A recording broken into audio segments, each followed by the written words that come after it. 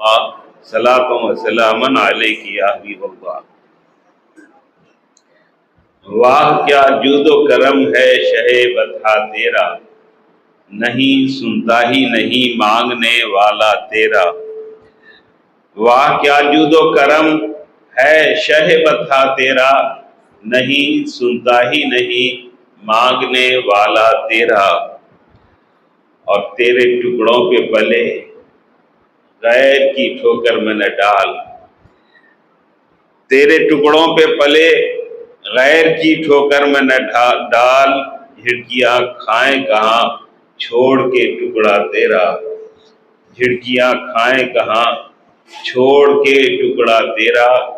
اور فرش والے تیری شوکت کا علو کیا جانے، فرش والے تیری شوکت کا علو کیا جانے، خسروا عرش پہ اڑتا ہے پریرا تیرا، خسروا عرش پہ اڑتا ہے پریرا تیرا۔ اور میں تو مالک ہی کہوں گا کہ ہو مالک کے حبیب، میں تو مالک ہی کہوں گا کہ ہو مالک کے حبیب، یعنی محبوب و محب میں نہیں میرا تیرا، یعنی محبوب و محب میں نہیں میرا تیرا۔ اور حکم نافذ ہے تیرا، سیف تیری خامہ تیرا، دم میں جو چاہے کرے دور ہے شاہ تیرا۔ جھوم کے درود پاک پڑھ لے صلی اللہ علیہ نبی الامی والہ صلی اللہ علیہ وسلم۔ صلاۃ و سلام علیک یا رسول اللہ، صلاۃ و سلام علیک یا حبیب اللہ۔ پچھلا کونا تو بھر گیا ہے، آگے کا کونا خالی ہے، آپ لوگ آگے سمٹ آئیے تاکہ بعد میں لوگ جو آتے ہیں ان کو پریشانی نہیں ہو۔ آ جائیے پیچھے والے آگے آ جائیں۔ سبحان اللہ سبحان اللہ۔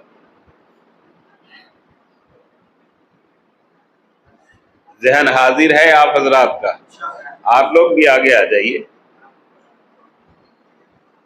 اور جو پچھلی روٹی کھائے ہیں وہ پیچھے ہی رہیے۔ آ جائیے، جھوم کے بول دیجئے سبحان اللہ۔ آپ کی بیداری کا ثبوت آپ کا سبحان اللہ دیتا ہے۔ سبحان اللہ کی آواز جس انداز میں ہوتی ہے ہم لوگ سمجھ لیتے ہیں کہ اتنی ہی جان باقی ہے بھی، اس لیے ایک مرتبہ زور سے بولیے سبحان اللہ۔ ماشاء اللہ، آج 11ویں تقریر ہونے جا رہی ہے۔ 10 تقریر آپ نے الحمدللہ سماعت فرمایا۔ کچھ لوگ ایسے ہیں جو ایک دن آئے ایک دن نہیں آئے، کوئی ہے جو 11 دن نام لکھاتا رہا، رسول اللہ صلی اللہ علیہ وسلم کے رجسٹر کرم میں آپ کا نام درج ہوتا رہا، اور اللہ کے رسول صلی اللہ تعالیٰ علیہ وسلم کی نوازش بھی آپ پہ نازل ہوتی رہی، اور آپ کا دامن بھی بھرتا رہا ہے۔ یہ الگ بات ہے کہ جھولیاں سب کی بھرتی جاتی ہیں، جھولیاں سب کی بھرتی جاتی ہیں، دینے والا نظر نہیں آتا۔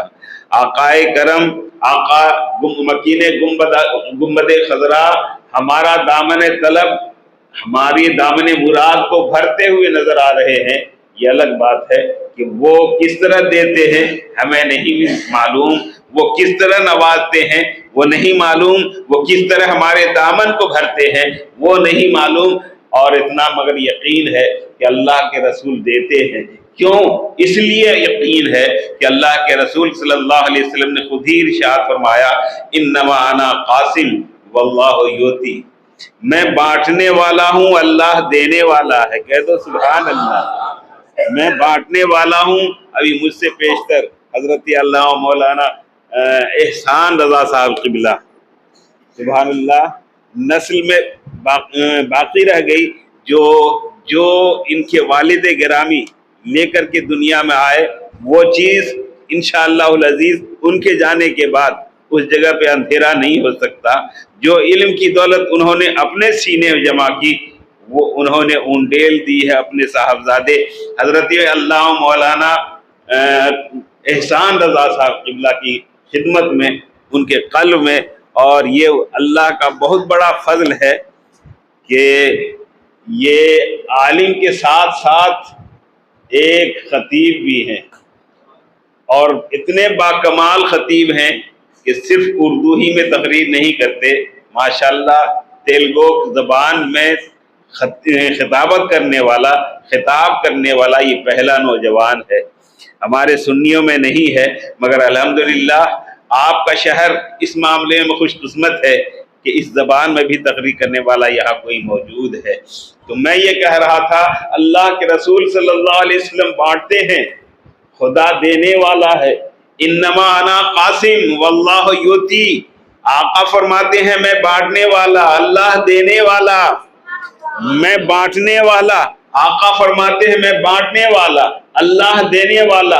اب اندازہ کرنے کی کوشش کرو، خدا دیتا کتنا ہے، مصطفیٰ بانٹتے کتنا ہے، خدا کتنا دے رہا ہے، مصطفیٰ کتنا بانٹتے ہیں۔ اللہ کے رسول نے جب مطلق کہہ دیا ہے کہ اللہ دے رہا ہے، کتنا دے رہا ہے، یوں کہو بے حساب دے رہا ہے، تو جب اللہ بے حساب دے رہا ہے تو مصطفیٰ بے حساب بانٹ رہے ہیں۔ نہ خدا کے دینے کی حد ہے، نہ مصطفیٰ کے بانٹنے کی حد ہے، وہ بے حساب دے رہا ہے، مصطفیٰ بے حساب لوٹا رہے ہیں۔ مگر کس طرح ہمارے گھر میں پہنچتا ہے وہ ہم کو نہیں معلوم، آپ کو نہیں معلوم، اس لیے کہ مصطفیٰ کے دینے کا انداز ہی جدا ہے۔ مصطفیٰ جان رحمت صلی اللہ علیہ وسلم کی محفل ہے، کیا وہ نہیں دیں گے؟ اور وہ تو بن مانگے دیا کرتے ہیں، اپنے چاہنے والوں کو، اپنے دیوانوں کو بن مانگے عطا کرتے ہیں۔ اور جب ہم طلب ہی کی نیت سے بیٹھے ہیں تو مصطفیٰ، یہ مجھے یقین ہے کہ مصطفیٰ محروم نہیں فرمائیں گے۔ اللہ کے رسول، بات یہ چل رہی تھی کہ اللہ کے رسول صلی اللہ علیہ وسلم ہجرت کر کے مدینہ تشریف لے آئے، صحابہ کرام بھی تشریف لے آئے، مگر یہاں آنے کے بعد معاملہ یہ ہوا کہ سارے صحابہ بیمار پڑنے لگے، اور جب بیماری پھیلی، کیونکہ نام ہی اس کا تھا پہلے کیا، یثرب، اور بس یثرب کا معنی ہی ہے، پوچھو علماء کرام سے، ہمارے یہاں مولانا احسان رضا صاحب سے، مولانا غلام حیدر صاحب قبلہ سے، اور مولانا احمد رضا صاحب، آج ان کا اشفی دارالشفا بھی دیکھا، بند تھا دروازہ۔ پوچھو ان لوگوں سے کہ یثرب کے معنی کیا ہوتے؟ یثرب کا معنی ہے بیماریوں کا گھر۔ مدینہ سرکار کی آمد سے پہلے پہلے بیماریوں کا مرکز، بیماریوں کا گھر، مگر جب سرکار آ گئے تو وہ بیماری کا گھر نہیں رہا، دارالشفا ہو گیا، اور ایسا دارالشفا ہو گیا، ایسا دارالشفا ہو گیا کہ اللہ نے وہاں کی مٹی میں بھی شفا نازل فرما دی۔ تو صحابہ کرام جب بیمار پڑنے لگے تو اس بیماری کے عالم میں وہ صحابہ مکہ کو یاد کرتے تھے، اور ابو جہل، عتبہ و شیبہ کو اپنی زبان میں برا بھلا کہتے تھے کہ کتنا اچھا تھا وہاں ہم رہتے تو کم از کم اس طرح کی بیماری تو ہمیں نہیں ملتی، مگر جب مکہ چھوڑ کے مدینہ آئے ہیں تو یہاں بخار بھی ہے، یہاں طرح طرح کی بیماریاں نازل ہو رہی ہیں۔ اللہ کے رسول صلی اللہ علیہ وسلم کو جب علم ہوا کہ صحابہ بیمار پڑ رہے ہیں، آپ نے دعا کے لیے ہاتھ اٹھا دیے، جیسے حضرت ابراہیم خلیل اللہ نے مکہ کے لیے دعا فرمائی، شہر مکہ کے لیے دعا فرمائی، ویسے ہی آج اللہ کے حبیب شہر مدینہ کے لیے دعا فرما رہے ہیں، اے اللہ یہاں سے بیماریوں کو دور فرما، اے اللہ شہر مدینہ کی محبت سب کے دل میں ڈال دے۔ اللہ کے رسول دعا فرما رہے ہیں، اور اے اللہ بخار کو تو جوفا کی طرف، جوفا کا ایک مقام ہے، اس طرف تو بھیج دے۔ اور نتیجہ یہ نکلا تو اس کے بعد ایسی شفا نازل ہوئی کہ سب بیماری دور ہو گئی، سب شفا یاب ہو گئے، اور اس کے بعد مدینہ سے اس قدر محبت ہو گئی کہ کوئی مدینہ کو نہیں چھوڑنا چاہتا۔ خود سرکار کی محبت کا یہ عالم تھا کہ جب کسی سرایہ میں، کسی غزوہ میں جاتے، کسی جنگ میں تشریف لے جاتے، واپسی کی منزل ہوتی تو سرکار اپنے اونٹ کو تیز ہکاتے، اور جب مدینہ شریف کی منزل قریب آتی تو زور زور سے سانس لیا کرتے تھے، کسی چیز کو سونگھنے کی کوشش کیا کرتے تھے، وہ کوئی اور چیز نہیں تھی جو مدینہ کی خوشبو ہے، اس خوشبو کو محسوس کیا کرتے تھے۔ یہ مدینے سے محبت کا عالم تھا۔ باہر کیف اللہ کے رسول صلی اللہ علیہ وسلم نے سن 2 ہجری کا معاملہ ہے، سن 2 ہجری میں حضرت فاطمہ زہرا کی بھی شادی ہو گئی، اور اسی سن 2 ہجری میں جنگ بدر بھی ہوئی ہے۔ اسی سن 2 ہجری میں جنگ بدر بھی ہوئی اور اس کے بعد جنگ احد ہوئی ہے.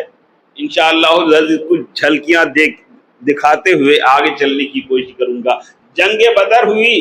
کیوں جنگ بدر ہوئی؟ صرف اس لیے کہ کافروں کو کھل رہا تھا اب تو مسلمان آزاد ہو گئے، کوئی وہاں دیکھ ریکھ کرنے والا نہیں، کوئی ظلم کرنے والا نہیں، کوئی مارنے پیٹنے والا نہیں. اب تو دین اسلام پھیلتا ہوا چلا جائے گا، دین اسلام پھیلتا ہوا جائے گا اور ایسا پھیلے گا کہ پوری دنیا پر اسلام کی حکومت ہوگی. ابو جہل بھی جلنے لگا، عتبہ و شیبہ جلنے لگا. ابو لہب کو کھل رہا تھا کہ رسول اللہ کو ہم نے آزاد چھوڑ دیا ہے، مسلمانوں کو آزاد چھوڑ دیا، اس لیے ایسا کیا جائے کہ ان پر حملہ کر کے اور ان کو نیست و نابود کر دیا جائے. پہلی جنگ ہونے والی ہے جس کا نام ہے جنگ بدر. اور مسلمانوں کی تعداد کتنی تھی؟ 313. اللہ کے رسول صلی اللہ علیہ وسلم نے سارے صحابہ کو جمع فرمایا. جمع فرمانے کے بعد اللہ کے رسول صلی اللہ علیہ وسلم نے فرمایا کہ لوگوں، مکہ والے ہم پر حملہ کرنا چاہتے ہیں، ہمیں مدافعت کرنے کی ضرورت ہے، ہمیں بھی لڑنے کی ضرورت ہے، تلوار اٹھانے کی ضرورت ہے، نیزہ چلانے کی ضرورت. کیا تم لوگ تیار ہو؟ صحابہ کرام نے بے زبان ہو کر حضرت ابوبکر صدیق ہو یا حضرت عمر فاروق ہو، یا رسول اللہ صلی اللہ علیہ وسلم ہم لوگ دین کے لیے لڑنے کے لیے تیار ہیں. اللہ کے رسول صلی اللہ علیہ وسلم مگر انصاری صحابہ کی طرف دیکھ رہے تھے. انصاری صحابہ آپ کی طرف دیکھ رہے تھے. اللہ کے رسول صلی اللہ علیہ وسلم جب انصار نے دیکھا کہ رسول اللہ یہ جملہ کہہ کہ میری طرف مخاطب ہے تو حضرت سعد نے کہا یا رسول اللہ اگر آپ مجھ سے مخاطب ہیں، انصاری صحابی سے مخاطب ہیں، تو اے اللہ کے رسول صلی اللہ علیہ وسلم آپ حکم دے کے تو دیکھیے، ہم آپ کے حکم پر دریاؤں میں سمندر میں چھلانگ لگانے کے لیے بھی تیار ہیں. دوسرے ایک اور سردار تھے، انہوں نے کہا یا رسول اللہ ہم قوم موسیٰ نہیں ہیں، ہم قوم موسیٰ نہیں ہے کہ جب انہوں نے لڑنے کے لیے اپنے قوم بنی اسرائیل سے بات کی تھی تو قوم نے کہا تھا انت و قوموں کا یا موسیٰ، اے موسیٰ آپ جاؤ، آپ کا رب جائے اور وہ جا کے جنگ کرے. اے اللہ کے رسول ہم وہ قوم نہیں ہے. اللہ کے نبی آپ مجھے جنگ کر کی اجازت دیجئے، آپ دیکھیں گے ہم کیسا جگر رکھتے ہیں، ہمارے ہاتھ میں تلوار چلانے کی کیسی جرت ہے. یا رسول اللہ آپ حکم دے کر دیکھیں. اللہ کے رسول صلی اللہ علیہ وسلم جب اتنا سنا خوش ہو گئے رسول اللہ صلی اللہ علیہ وسلم، اور اس کے بعد جنگ کی تیاری شروع ہوئی. میدان جنگ بدر کا مقام چنا گیا. اللہ کے رسول صلی اللہ علیہ وسلم میدان بدر میں پہنچے، صحابہ کرام کی جماعت ساتھ ہے اور اس طرف بھی کافروں کا لشکر، اس طرف مسلمانوں کا لشکر ہے. تفصیل میں نہیں جا کر میں چند باتیں جو خاص ہیں وہ بتانے کی کوشش کروں گا. اللہ کے رسول صلی اللہ تعالی علیہ وسلم نے صف بندی سے پہلے اللہ کے رسول صلی اللہ علیہ وسلم ایک گوشے میں ہو گئے اور گوشے میں ہونے کے بعد کامیابی کے لیے دعا فرما رہے تھے. اپنے ہاتھوں کو اٹھایا اور اس قدر فضا میں بلند فرمایا، اس قدر بلند فرمایا کہ حضرت ابوبکر صدیق کہتے ہیں کہ آپ کے دونوں بغل یہ صاف نظر آ رہے تھے، اس کی سفیدی ظاہر ہو رہی تھی. ہم لوگوں نے دیکھا رسول اللہ نے ہاتھوں کو اتنا بلند فرما دیا تھا اور ارشاد فرمایا مولا اگر تو نے آج مجھے کامیابی نہیں دی تو سن لن تعبد ابدا، اے اللہ اس زمین پر تیری عبادت کبھی نہیں ہوگی، پرستش نہیں ہو سکے گی. اے اللہ آج جو تو نے وعدہ کیا ہم سے اس وعدے کو نازل فرما اور ہمیں کامیابی نصیب فرما. حضرت ابوبکر صدیق وہیں پر موجود ہیں، بغل میں کھڑے ہیں اور رسول اللہ دعاؤں میں اس قدر مستغرق ہیں کہ آپ کی چادر مبارک کاندھے سے اتر جا رہی ہے اور بار بار حضرت ابوبکر صدیق کاندھے پر جا کر رکھ رہے ہیں مگر رسول اللہ دعا پر دعا کرتے جا رہے، دعا مانگتے جا رہے ہیں۔ حضرت اللہ کے رسول صلی اللہ علیہ وسلم حضرت بکر صدیق قریب آئے اور قریب آنے کے بعد کہا یا رسول اللہ، یا رسول اللہ اب بس کر دیجئے، اب بس کر دیجئے، ضرور اللہ نے آپ کی دعا قبول کی ہے، ضرور دعا قبول کی ہے، اور ضرور اللہ کی نصرت، اللہ کی مدد ہم سب کے ساتھ ہوگی، ہم سب کے شامل حال ہوگی۔ حضرت بکر صدیق رضی اللہ تعالیٰ عنہ نے جب یہ کہا، اللہ کے رسول صلی اللہ علیہ وسلم نے رونا بھی موقوف فرمایا، دعا کرنا بھی موقوف فرمایا۔ حضرت بکر صدیق رضی اللہ تعالیٰ عنہ ارشاد فرماتے ہیں کہ رسول اللہ صلی اللہ علیہ وسلم بہت بے چین اس روز نظر آ رہے تھے۔ اللہ کے رسول صلی اللہ علیہ وسلم نے صف بندی کا حکم دیا، سارے صحابہ صف میں کھڑے ہو گئے، اور کھڑے ہونے کے بعد ایک صحابی رسول تھے جن کا نام سواد تھا، وہ ان کا تھوڑا سا بڑا تھا، تو صفیں جب لگی وہ صحابی رسول جب کھڑے ہوئے تو ان کا اگلا حصہ، شکم کا حصہ باہر نکل آیا۔ اللہ کے رسول صلی اللہ علیہ وسلم کے ہاتھ میں ایک چھڑی تھی، آپ نے اس چھڑی سے کونچا مارا کہ سیدھے ہو جاؤ۔ حضرت سواد کہتے یا رسول اللہ آپ نے مجھے چھڑی ماری ہے نا، اے اللہ کے رسول مجھے بدلہ چاہیے۔ اللہ اکبر، یا رسول اللہ مجھے بدلہ چاہیے۔ اللہ کے رسول پلٹ گئے، اور پلٹنے کے بعد کہا سواد تمہیں بدلہ چاہیے؟ ہاں یا رسول اللہ بدلہ چاہیے۔ کہا ٹھیک ہے یہ چھڑی پکڑو، اور اللہ کے رسول صلی اللہ علیہ وسلم سے حضرت سواد نے کہا یا رسول اللہ جس وقت آپ نے کونچا میرے شکم پہ مارا تھا میرا پیٹ خالی تھا، کھلا ہوا تھا، یا رسول اللہ آپ بھی شکم کو کھول دیجئے۔ سارے صحابہ حیرت میں ہے کہ یہ سواد کو آج کیا ہو گیا، رسول اللہ سے بدلہ لینا۔ مگر سارے صحابہ دیکھ رہے کر کیا سکتے تھے، اللہ کے رسول بدلہ دینے کے لیے تیار، وہ بدلہ لینے کے لیے تیار، کسی کی ہمت بیچ میں کچھ بولنے کی نہیں ہو رہی تھی۔ اللہ کے رسول صلی اللہ علیہ وسلم نے اپنے دامن کو اٹھا دیا۔ حضرت سواد رضی اللہ تعالیٰ عنہ جیسے ہی آپ کے شکم اطہر کو دیکھا، گورا گورا جسم دیکھا، آپ محبت میں بے قرار ہو گئے، چھڑی کو ایک طرف پھینکا، آپ رسول اللہ کے جسم ناز سے، جسم مقدس سے لپٹ گئے، اور اس کو بار بار بوسہ دینے لگے، چومنے لگے۔ آقا نے ارشاد فرمایا سواد یہ کیا کر رہے ہو، یہ کیا کر رہے ہو؟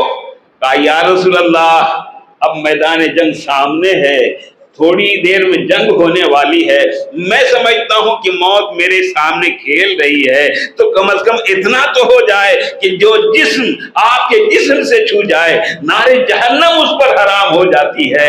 یا رسول اللہ میں اس طرح لپٹ کے ایک نئی زندگی حاصل کرنا چاہتا ہوں، جہنم سے بچنا چاہتا ہوں، یا رسول اللہ مجھے لطف اندوز ہونے دیجیے۔ کہہ دیجئے سبحان اللہ، اور طرف کے بولیے سبحان اللہ۔ آپ اگر عالم ہیں تو آ جائیے آگے، یا امام ہے کسی مسجد کے تو ہمارے سامنے آ جائیے، آگے آ جائیے، علماء کے صف میں بیٹھیے، یا نہیں جوں کے بول درود پاک پڑھ لیجئے، صلی اللہ علی النبی الامی والہ صلی اللہ علیہ وسلم، صلاۃ و سلام علیک یا رسول اللہ، صلاۃ و سلام علیک یا حبیب اللہ۔ اب جنگ شروع ہونے والی ہے، جنگ شروع ہونے والی ہے، بدر کی لڑائی ہونے والی ہے۔ اللہ کے رسول صلی اللہ علیہ وسلم نے آپ کے دست اقدس میں جو چھڑی پاک تھی اس چھڑی کو لے کر میدان جنگ میں گھوم رہے، صحابہ بھی ساتھ میں، اور گھومتے ہوئے اللہ کے رسول نے ارشاد فرمایا، ایک نشان کھینچا اور کہا یہاں ابو جہل مارا جائے گا۔ بول دو سبحان اللہ۔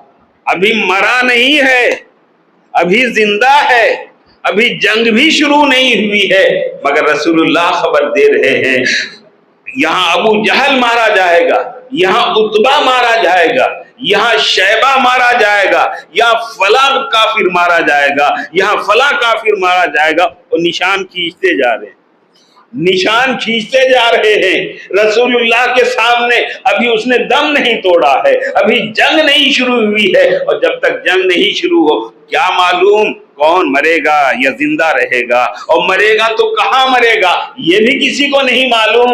اللہ کے رسول صلی اللہ علیہ وسلم کو اللہ نے علم وہ دیا ہے کہ کون کہاں مرے گا، رسول اللہ جانتے ہیں، کب مرے گا یہ بھی جانتے ہیں، کس کے ہاتھ سے مرے گا یہ بھی جانتے ہیں، اور کہاں دفن ہوگا یہ بھی جانتے ہیں۔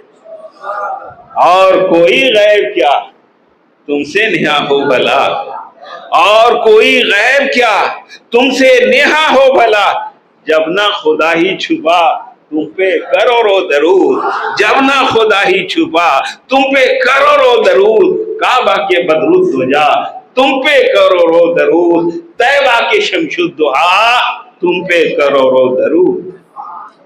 اللہ کے رسول کی شان دیکھو، اللہ کے نبی نے مرنے سے پہلے بتا دیا کہ ابو جہل اس دائرے میں مارا جائے گا، اتبا یہاں مارا جائے گا، شیبہ وہاں مارا جائے گا، فلاں کافر کی موت یہاں ہوگی، فلاں یہاں قتل کیا جائے گا۔ رسول اللہ نے سارا خبر دے دیا۔ اور جب جنگ ہو گئی، جنگ ختم ہو گئی، تو ختم ہونے کے بعد صحابہ کہتے ہیں ہم لوگ اس دائرہ کو دیکھنے پہنچے، اس دائرہ کو دیکھنے پہنچے جو رسول اللہ نے میدان جنگ میں جنگ شروع ہونے سے پہلے دائرہ کھینچا تھا، اس دائرہ کو دیکھنے پہنچے کہ کیا حال ہے، واقعی وہ وہی مرا ہے یا الگ ہٹ کے مرا ہے۔ صحابہ کہتے ہیں قسم خدا کی ہم دیکھ کے حیرت زدہ تھے کہ رسول اللہ صلی اللہ علیہ وسلم نے جس کافر کے لیے جو نشان کھینچا ہے، 1 انچ نہ باہر ہوا ہے نہ ادھر ادھر ہوا ہے، اس دائرے کے اندر ہی وہ کافر مرا۔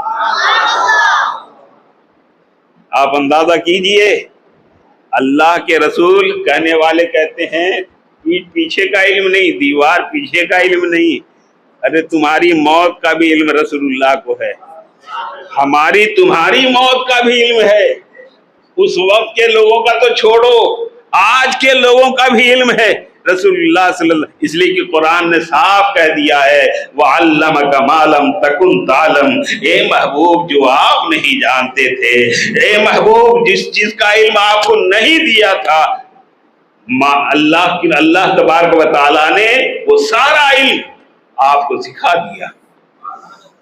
اوکے، اب مجھ کو بتاؤ قرآن میں ساری چیزیں ہیں کہ نہیں؟ قرآن میں ساری چیزوں کا بیان ہے، مگر علم چاہیے اس کے لیے، عقل چاہیے اس کے لیے، صحبت چاہیے اس کے لیے، تفسیروں کا علم چاہیے اس کے لیے۔ ہر کوئی وہ مسئلہ نہیں نکال سکتا، ہر آدمی قرآن سے وہ چیزیں نہیں نکال سکتا ہے۔ مگر یہ بتاؤ قرآن نازل ہوا کس پر؟ اللہ کے رسول پر۔ اور قرآن نے کہا کیا؟ الرحمن علم القرآن، رحمان وہ ہے جس نے آپ کو قرآن سکھایا، اور قرآن کی تعریف یہ ہے کہ تبیانا لکل شیء، ہر چیز کا کھلا بیان موجود ہے، ہر ایک چیز کا علم موجود ہے۔ تو جب اللہ نے قرآن اتار دیا، علم دے دیا، تو کون سی چیز مصطفیٰ کی نظروں سے چھپی رہ جائے گی؟ جانتے ہو جب جنگ ختم ہوئی تو جنگ ختم ہونے کے بعد سارے کافروں کی لاشوں کو اٹھا کر ایک گڈھا کھودا گیا اور اس میں ڈالا گیا۔ جب سب کو ڈال دیا اور حضرت بلال کے آقا مالک امیہ سب کی لاشوں کو کھینچ کے لے جا رہے تھے، مگر امیہ کی لاش کو جب کھینچا گیا تو ہاتھ پکڑتے تھے تو ہاتھ میں آ جاتا، پیر پکڑ کے کھینچتے تو پیر ہاتھ میں آ جاتا، جسم تھوڑی ہی دیر میں گلنا شروع ہو گیا تھا۔ یہ حال ہوا اس کا، اور سب کو ڈال دیا گیا، تو اس کو وہیں پر مٹی کھود کے اور ڈال دیا، مگر باقی لوگوں کی لاشوں کو ایک کنویں کے اندر، ایک گڈھے کے اندر ڈال دیا، مٹی ڈالی گئی۔ آقا کائنات تشریف لائے، تشریف لانے کے بعد کہا اے فلاں، اے ابو جہل، اے اتبا اور شیبہ، رب نے مجھ سے جو وعدہ کیا تھا میں نے پا لیا، رب نے مجھ سے جو وعدہ کیا میں نے وہ پا لیا، تم سے جو عذاب کا وعدہ تھا تم کو ملا یا نہیں؟ اللہ کے رسول صلی اللہ علیہ وسلم یہ ارشاد فرما رہے ہیں. حضرت عمر فاروق دوڑ کے آ گئے سامنے, کہا یا رسول اللہ کیا یہ کافر بھی سنتے ہیں؟ غور کرنا جملے پر, جملہ غور سے سننا. حضرت عمر فاروق امیر المؤمنین, مسلمانوں کے دوسرے خلیفہ جو بننے والے ہیں, وہ امیر المومنین کے وہ راستہ چلے تو شیطان راستہ کاٹ دے. جس کو احتلام کی شکایت ہو عمر فاروق کا نام لکھ لے. یہ دارالشفا والے بیٹھے ہیں, دیکھیے ان سے پوچھو کہ ادھر عین ناف پہ میم اور ادھر رے آ جائے, وہ احتلام کی شکایت دور ہو جائے گی انشاءاللہ. جس روز لکھو گے اس رات میں احتلام تو نہیں ہوگا, اس لیے کہ شیطان عمر سے بھی بھاگتا, عمر کے نام سے بھی بھاگتا. حضرت عمر فاروق کھڑے ہیں. اللہ کے رسول نے جب یہ ارشاد فرمایا اے عتبہ شیبہ اے فلاں اللہ نے جو ہم سے وعدہ کیا تھا ہم نے تو وہ پا لیا, کامیابی کا وعدہ کیا تھا ہم نے وہ پا لیا. اے عتبہ شیبہ تم سے اللہ نے عذاب کا وعدہ کیا تھا, تم کو عذاب ملا کہ نہیں؟ عمر فاروق دوڑ کے سامنے آ گئے اور سامنے آنے کے بعد ارشاد فرمایا یا رسول اللہ آپ ان کافروں سے مخاطب ہیں, اور وہ کافر جو کنویں میں دفن کر دیے گئے ہیں, مٹی ڈال دی گئی ہے, روح نکل چکی ہے, صرف جسم باقی ہے. یہ آقا کائنات آپ بتائیے کیا یہ کافر بھی سنتے ہیں؟ آقا کائنات نے ارشاد فرمایا ہاں اے عمر یہ کافر سنتے ہیں, اور سنو اے عمر تم سے زیادہ سنتے ہیں. اللہ اللہ,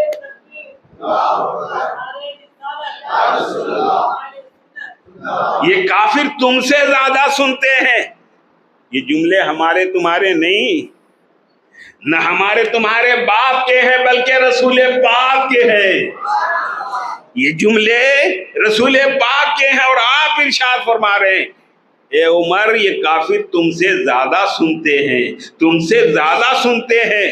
مجھے کہنے کی اجازت دو, روح نکل گئی, جسم کاٹ دیا گیا, مر گیا ہے کافر, دفن کر دیا گیا ہے مٹی میں, مگر مٹی کے اندر ہونے کے باوجود وہ ہم سے زیادہ سنتا بھی ہے, وہ ہم سے زیادہ سمجھ بھی رہا ہے. مجھے کہنے کی اجازت دو, جب ایک کافر مرنے کے بعد زیادہ سنتا ہے تو مومن کیوں نہیں سنے گا؟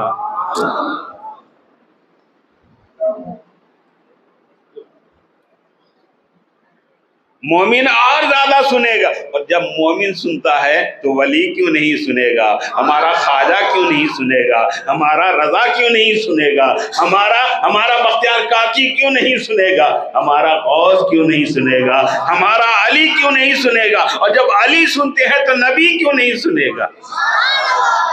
نبی تو ایسے سننے والے ہیں, ایسے سننے والے ہیں کہ امام عشق و محبت نے ارشاد فرما دیا دور و نزدیک کے سننے والے وہ کان. ہم تو صرف قریب کی بولی سنتے ہیں نا, مگر آقا کائنات کا معاملہ ایسا ہے کہ دور و نزدیک کے سننے والے وہ کان, دور و نزدیک کے سننے والے وہ کان. کان لالے کرامت پہ لاکھوں سلام, مصطفیٰ جان رحمت پہ لاکھوں سلام, شمع بزم ہدایت پہ لاکھوں سلام. تو اللہ کے رسول صلی اللہ علیہ وسلم نے یہ جملے ارشاد فرمائے اور کہا کہ یہ کافر زیادہ سنتے ہیں. ادھر پھر پلٹو میدان جنگ کی طرف. جب میدان جنگ کی طرف جا رہے تھے لوگ, لشکر ہمارا جا رہا تھا, اسلامی لشکر 313 کی تعداد میں, جب میدان جنگ کی طرف جا رہا تھا تو اس میں 2 بچے بھی شامل ہو گئے. حضرت معاذ, حضرت معوذ, یہ دونوں بھائی تھے. اللہ کے رسول صلی اللہ علیہ وسلم نے لوٹانا چاہا کہ میدان جنگ ہے, وہاں تو تلواروں کی ضرورت ہے, وہاں مضبوط بازوؤں کی ضرورت ہے, مضبوط کلیجی کی ضرورت ہے, دل گردے کی ضرورت ہے. بچے تمہارا کیا کام؟ مگر جب اللہ کے رسول صلی اللہ علیہ وسلم پلٹانا چاہا, یہ دونوں بچے رونے لگے. جب رونے لگے تو اللہ کے رسول نے کہا کہ نہیں, جانے دو. کل کا جذبہ دیکھو کہ ہم چھوٹے بھی تھے تو سر کٹانے کا جذبہ رہتا تھا. آج مضبوط و توانا بھی ہے تو موت سے بھاگتے ہیں. بیماری ذرا سا کیا آئی کہ اتنے گھبرائے کہ ڈاکٹر صاحب سے کہنے لگے, ڈاکٹر صاحب ہماری بیماری ٹھیک کر دیجئے, مرنے سے بچا لیجئے, اچھی سے اچھی دوا, مضبوط سے مضبوط انجیکشن لگائیے, پیسے کی فکر مت کیجئے, آپ بچا لیجئے, پیسے پر آپ کو تول دوں گا. ہے کہ نہیں؟ یہ سب کیا ہے؟ یہ موت سے بھاگنا ہے, یہ موت کا خوف ہے. موت کا خوف اگر ہو مومن کو تو اس کو تو نمازی بننا چاہیے, اس کو تو پرہیزگار بننا چاہیے, اس کو تو تقوی شعار بننا چاہیے. اگر واقعی موت سے ڈرنا چاہتے ہو میرے محترم حضرات, تو وہ بچہ بھی شامل ہوا. حضرت سعد بن وقاص نے ان کے گلے میں تلوار لٹکا دی اور وہ میدان جنگ کی طرف جاتا رہا. جب میدان جنگ جاری تھا تو وہی دونوں بچے آئے اور کہا حضرت عبد الرحمن بن عوف سے, جو مالدار کے سب سے بڑے صحابی, سب سے مالدار صحابی, دو ہی صحابی تو تھے مالدار, یا تو حضرت عبد الرحمن بن عوف یا حضرت عثمان غنی. یہی دو صحابی تھے جو سب سے مالدار تھے. اور عبد الرحمن بن عوف کی بات آئی ہے تو میں آپ کے سامنے وہ بات پھر دوسری طرف چلی جائے گی. اللہ کے رسول صلی اللہ علیہ وسلم نے اس کو روکا تھا مگر یہ رونے لگے تو جانے دیا.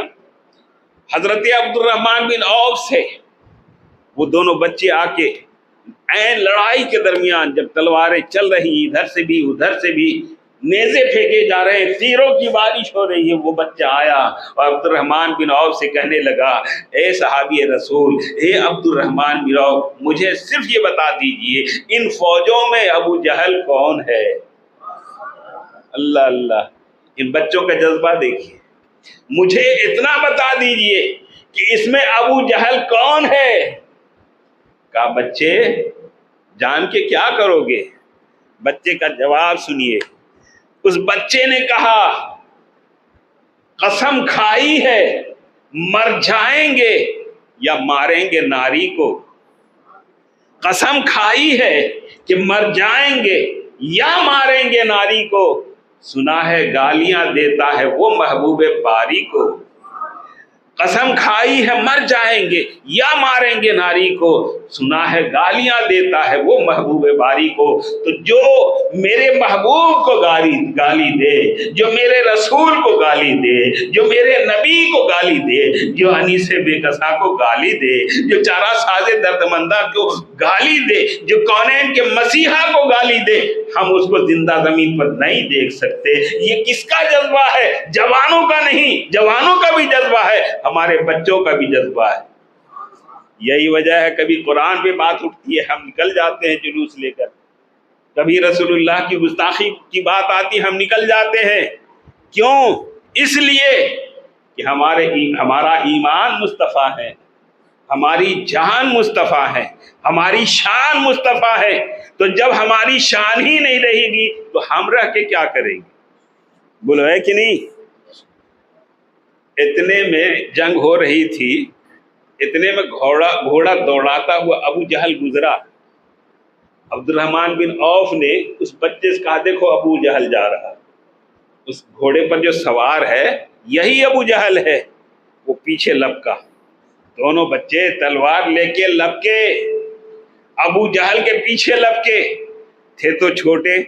ابو لہب گھوڑے پر سوار, یہ پہنچے اور پیروں پر تلوار ماری, اور جب تلوار ماری وہ زمین پہ گر گیا.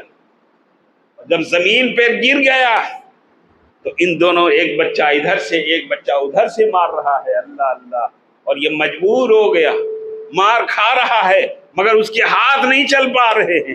اللہ اکبر. اور ہاتھ اللہ نے مفلوج کر دیا ہوگا. اور اس لیے بھی کہ تو میرے محبوب کو ذلیل کرنا چاہتا ہے. آج دیکھ تیری ذلت اور رسوائی تیرے سامنے ہو رہی ہے کہ تمہارے لیے کوئی بہادر نہیں آیا ہے مصطفیٰ کا, بچے آئے ہیں مصطفیٰ کے، غلام مصطفیٰ آئے ہیں، چھوٹے چھوٹے بچے آئے ہیں اور وہ تمہیں قتل کرتے ہیں۔ اللہ اکبر، یہاں تک کہ وہ زمین پر گر گیا۔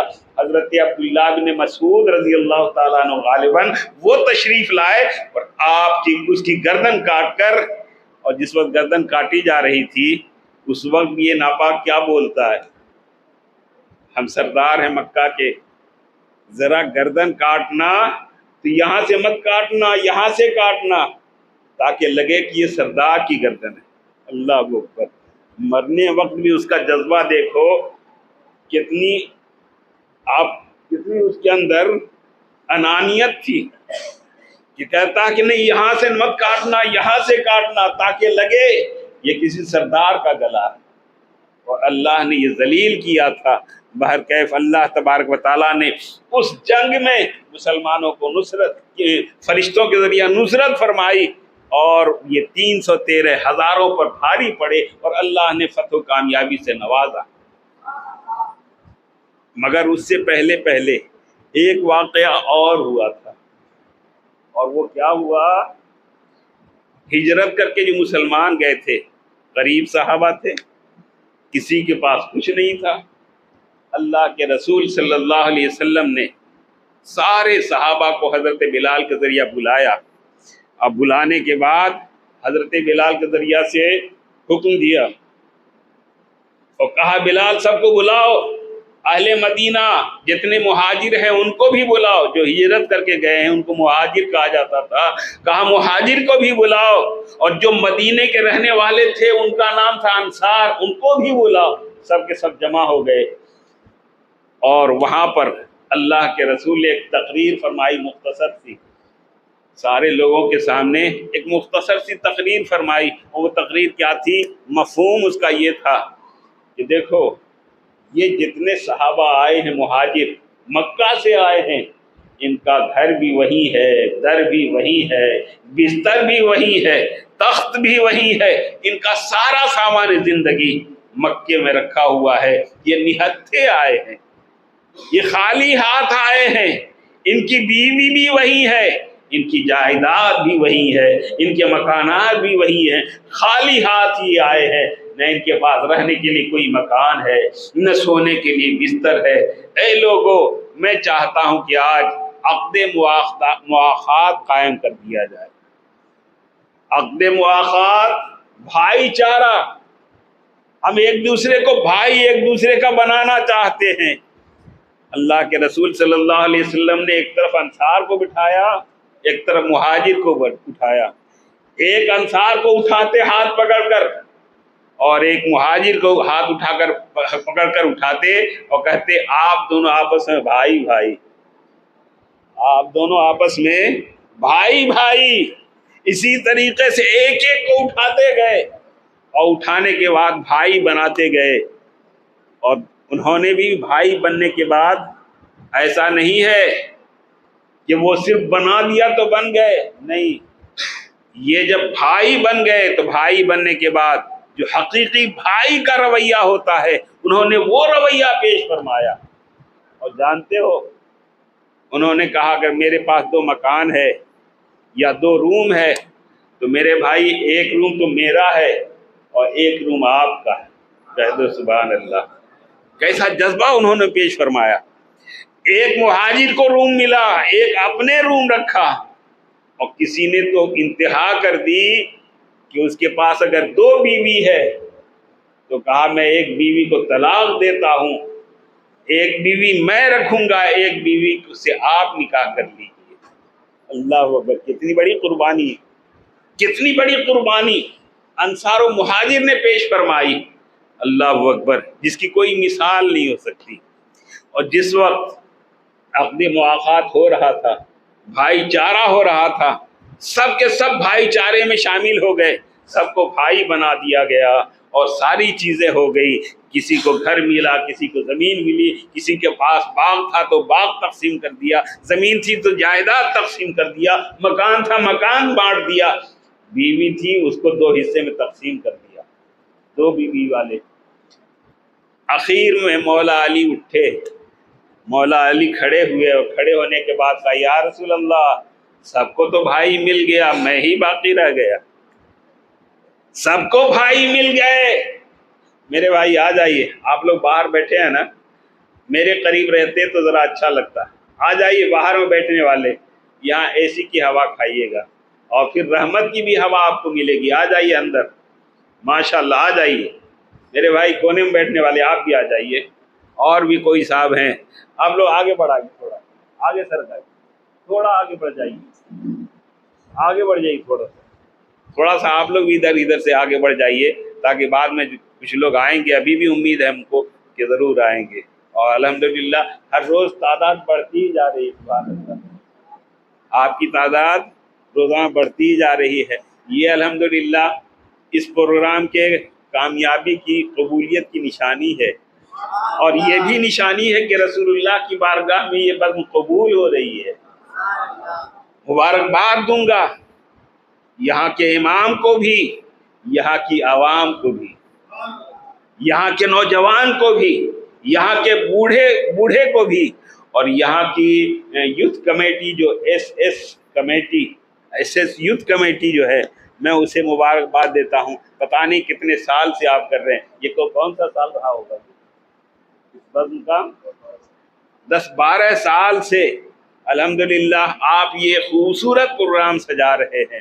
اللہ جیسے آپ نے پروگرام کو سجایا، اللہ تبارک و تعالیٰ آپ سب کے دل کو سجا دے۔ زور سے آمین بول دو۔ میں اپنے لیے نہیں دعا مانگ رہا ہوں، آپ کے لیے، اور آپ نہیں آمین کہو گے۔ ہمارے لیے دعا ہو اور اس پر خاموش ہو جائے کوئی بات نہیں ہے، مگر جب آپ ہی کے لیے دعا مانگوں اور آپ کی زبان خاموش رہ جائے تو یہ افسوس کا مقام ہے۔ یا تو میری دعا کو سمجھ نہیں پائے، یا اس دعا کا فائدہ کیا ہوگا وہ نہیں سمجھ پائے۔ زور سے بول دیجیے آمین۔ اللہ آپ کے دل کو سجائے، آپ کے گھر کو سجائے، آپ کے کاروبار کو سجائے، آپ کے روزی روزگار کو سجائے، آپ کے بیٹی کو سجائے، آپ کے بیٹوں کو سجائے، آپ کے جملہ رشتہ داروں کو سجائے، اور اگر آپ کے رشتہ دار دنیا سے گزر گئے ہیں، مولا انہیں قبر میں کروٹ کروٹ جنت نصیب فرمائے، درجات میں بلندیاں نصیب فرمائے، ان کے جملہ صغیرہ کبیرہ گناہوں کی مغفرت فرمائے۔ سبحان اللہ، سبحان اللہ۔ اب زور سے مچل کے بول دو سبحان اللہ۔ عقد مواخات قائم ہوا، سب ایک دوسرے کے بھائی بنا دیے گئے، اور جانتے ہو یہ جو بھائی بنے نا، تو رسول اللہ صلی اللہ علیہ وسلم کی بارگاہ ناز میں، آواز کچھ کم تو نہیں کر دیا آپ؟ رسول اللہ صلی اللہ علیہ وسلم کی بارگاہ ناز میں اب باری دونوں نے بنا لی کہ آج ہم رسول اللہ کی بارگاہ میں رہیں گے، اور جو کچھ ہم سنیں گے آپ کو آگے بتائیں گے، اور کل آپ جائیے گا جو کچھ بھی بارگاہ مصطفیٰ میں سنیے گا وہ سب آ کے مجھ کو بتائیے گا، تاکہ ایک دوسرے کو علم ملتا رہے۔ یہ باری بھی مقرر ہوئی تھی۔ تو اللہ کے رسول صلی اللہ علیہ وسلم سے مولا علی نے کھڑے ہو کے شکایت، تھوڑی سی بڑھائیے آواز، بڑھا دی، آج کوئی بات نہیں، زور سے بول دیجیے سبحان اللہ۔ مولا علی نے کہا یا رسول اللہ، سب کو تو بھائی مل گیا، ہم کو نہیں ملا۔ کم کیجیے نا، رحمت بڑھائیے۔ سب کو بھائی مل گئے، ہم کو کوئی نہیں بھائی ملا۔ اللہ کے رسول صلی اللہ علیہ وسلم کسی کا دل توڑنے والے کب تھے؟ رسول اللہ تو ٹوٹے دلوں کو جوڑنے آئے ہیں۔ مولا علی کا دل ٹوٹا جا رہا ہے، رسول اللہ جوڑتے ہوئے نظر آ رہے ہیں۔ اللہ کے رسول نے فرمایا انت اخی فی الدنیا والآخرہ، اے علی تم میرے بھائی ہو، دنیا میں بھی آخرت میں بھی۔ تم میرے بھائی ہو، دنیا میں بھی بھائی ہو، آخرت میں بھی بھائی ہو۔ کتنا بڑا انعام مصطفیٰ نے دیا مولا علی کو مصطفیٰ نے کتنا بڑا انعام، جس کے رسول بھائی ہو گئے ہوں، جس کے بھائی رسول بن گئے ہوں، وہ کتنا قسمت کا دھنی ہوگا۔ مولا علی ایسے نہیں بنے، مولا علی کو مصطفیٰ نے بنایا ہے، مصطفیٰ نے اوپر اٹھایا ہے، اور جب مصطفیٰ نے اوپر اٹھایا تو کوئی طاقت مولا علی کو نیچے نہیں گرا سکتی۔ خانہ کعبہ میں خانہ کعبہ میں جس میں 360 بت رکھے ہوئے تھے، 360 بت، اور جب فتح مکہ ہوا تھا تو ایک ایک بت کو گرانے کی بات تھی۔ اللہ کے رسول کہتے جاتے تھے جال حق و زہق الباطل ان الباطل کان زہوقا، حق آیا مٹ گیا باطل، باطل کو مٹنا ہی تھا۔ اللہ کے رسول ایک ایک بت کے سامنے چھڑی سے اشارہ کرتے تھے، یہ آیت تلاوت کرتے تھے، بت منہ کے بل گرتا تھا۔